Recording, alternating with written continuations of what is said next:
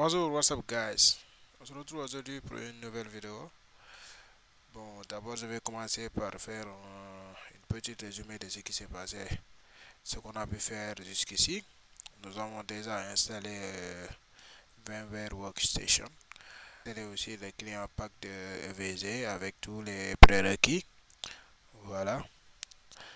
On a créé notre première machine virtuelle, EVENG, édité des réglages de la machine. On avait 4 Go de RAM, processeur 2, 100 Go de mémoire. Et on avait aussi, voilà, on avait oublié d'ajouter l'ISO file. Donc aujourd'hui, on va ajouter directement l'ISO file en cliquant sur CD/DVD, Use ISO Image File, Browser, et on va prendre l'ISO. Bon, pour rappel, vous aurez tous les logiciels en bas au niveau de la description. Voilà. On ajoute l'ISO. Un point intéressant, c'était que je vous avais dit au niveau du processeur, il fallait activer la virtualisation. Voilà. À part ça, le network, on avait mis ça sur Bridge Replicate Physical Network Connection State. Voilà. Donc, on peut déjà sauvegarder et lancer notre machine. Pour lancer la machine, vous cliquez ici, Power On, ou bien vous sélectionnez la machine, vous venez cliquer ici. Vous pouvez avoir plusieurs machines ici, donc mais il suffit juste de cliquer sur la machine et cliquer ici, c'est plus simple. Donc on va cliquer ici démarrer. Ça va charger l'ISO de FVNG. Voilà, je vous avais dit que c'était Ubuntu 64 bits. Donc on va cliquer sur install, on valide avec entrée. Donc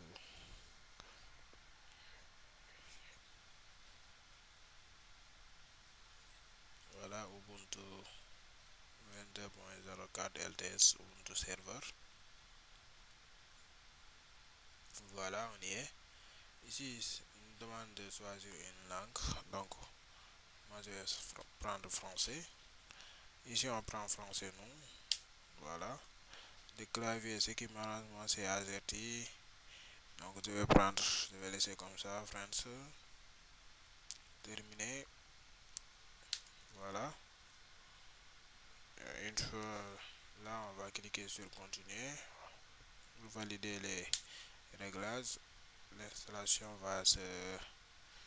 va démarrer plus tôt.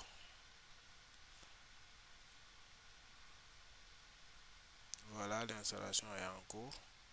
On attend que l'installation se termine.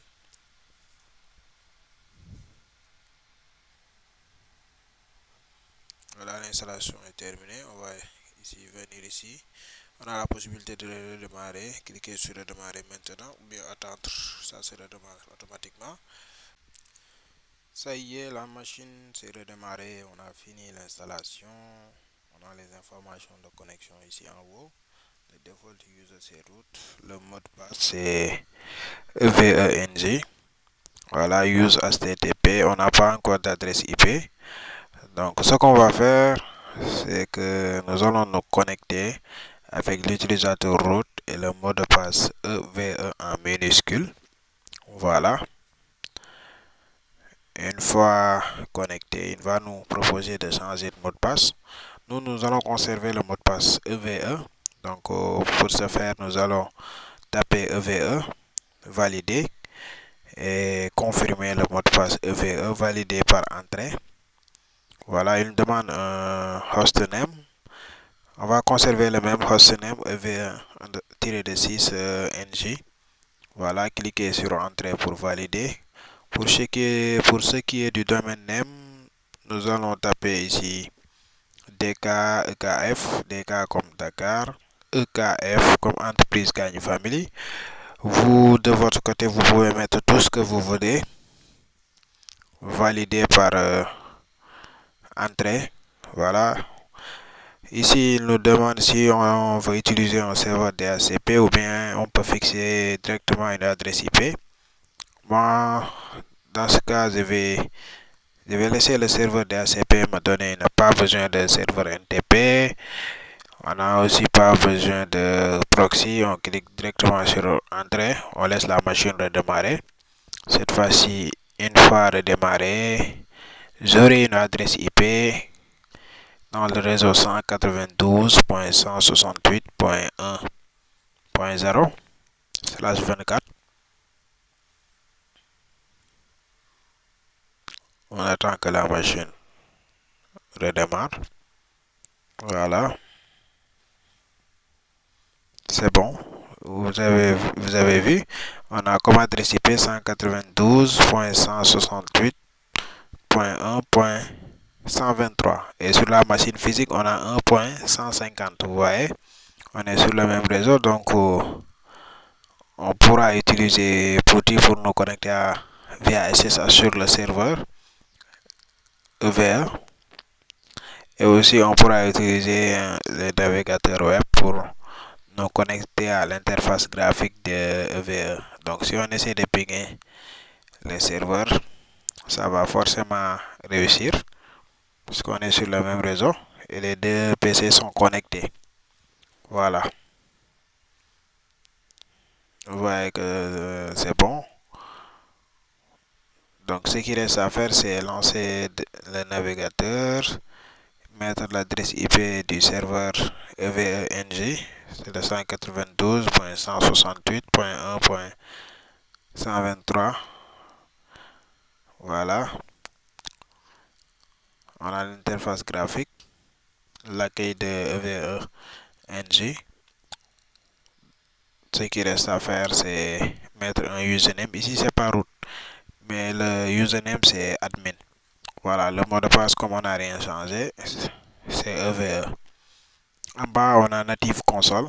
Native Console, c'est le pack qu'on a créé sur la vidéo précédente qu'on va utiliser ici. On avait installé PuTTY, donc on ne sera pas obligé d'utiliser HTML5 parce que c'est pas du tout intéressant d'utiliser HTML5 pour manipuler les équipements réseau. Voilà, on est à l'accueil. Actuellement, on est connecté. Ce qu'on va faire, c'est quoi? C'est de créer notre premier lab en cliquant sur Add New Lab. Nous allons cliquer sur Add New Lab pour créer notre premier lab. Voilà. Allons-y. Add New Lab.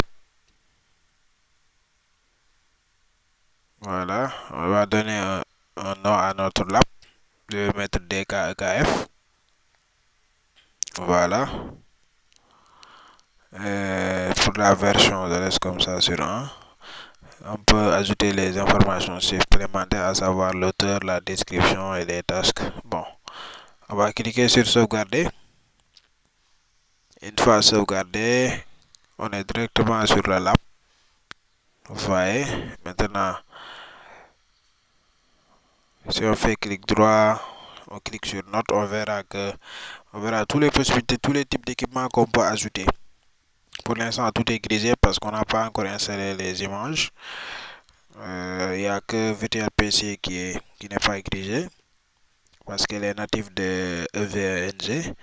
Windows comme Windows Server, ils sont tous grisés.